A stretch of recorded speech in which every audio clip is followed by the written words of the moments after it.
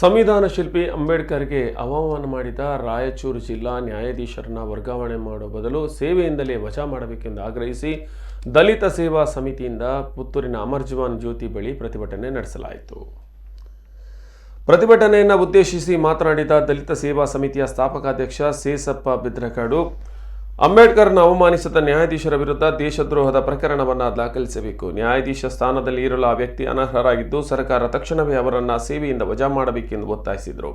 ಶಿವಮೊಗ್ಗದಲ್ಲಿ ನಡೆದ ಹಿಂದೂ ಕಾರ್ಯಕರ್ತ ಹರ್ಷ ಕೊಲೆಯನ್ನು ಖಂಡಿಸಿದ ಅವರು, ಸರ್ಕಾರ ಹರ್ಷರ ಕುಟುಂಬಕ್ಕೆ ಪರಿಹಾರ ನೀಡಿದೆ, ಆದರೆ ಬೆಳ್ತಂಗಡಿಯಲ್ಲಿ ಕೊಲೆಗೀಡಾದ ದಲಿತ ಯುವಕ ದಿನೇಶ್ ಕುಟುಂಬಕ್ಕೆ ಯಾವುದೇ ಪರಿಹಾರವನ್ನು ನೀಡಿಲ್ಲ. ಹಿಂದೂ ಮುಸ್ಲಿಂ ಕೊಲೆಯಾದರೆ ಮಾತ್ರ ಸರ್ಕಾರ ಪರಿಹಾರ ನೀಡುತ್ತಿರುವುದಕ್ಕೆ ವಿರೋಧ ವ್ಯಕ್ತಪಡಿಸಿದವರು ಕೊಲೆ ಎನ್ನುವ ಸಂಸ್ಕೃತಿಯನ್ನು ನಿಲ್ಲಬೇಕು ಎಂದರು.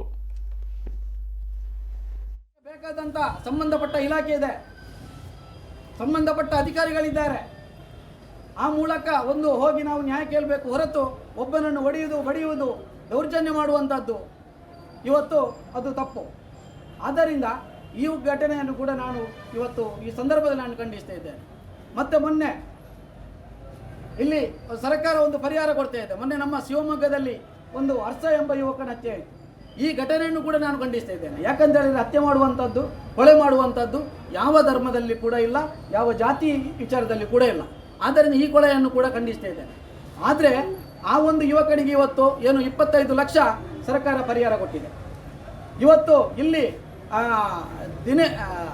ನಮ್ಮ ಬೆಳ್ತಂಗಡಿಯಲ್ಲಿ ಕೊಲೆಯಾದಂಥ ಯುವಕನಿಗೆ ಇವತ್ತು ಸರ್ಕಾರ ನಮ್ಮ ದಲಿತ ದೌರ್ಜನ್ಯ ಕಾಯ್ದೆ ಪ್ರಕರಣ ಏನುಂಟು ಆ ಮೂಲಕ 4.5 ಲಕ್ಷ ಅವರಿಗೆ ಪರಿಹಾರ ಕೊಡುವಂಥ ವ್ಯವಸ್ಥೆ ಆಗಿದೆ ಎನ್ನುವ ಮಾಹಿತಿ ಕೂಡ ಇದೆ ನಮಗೆ.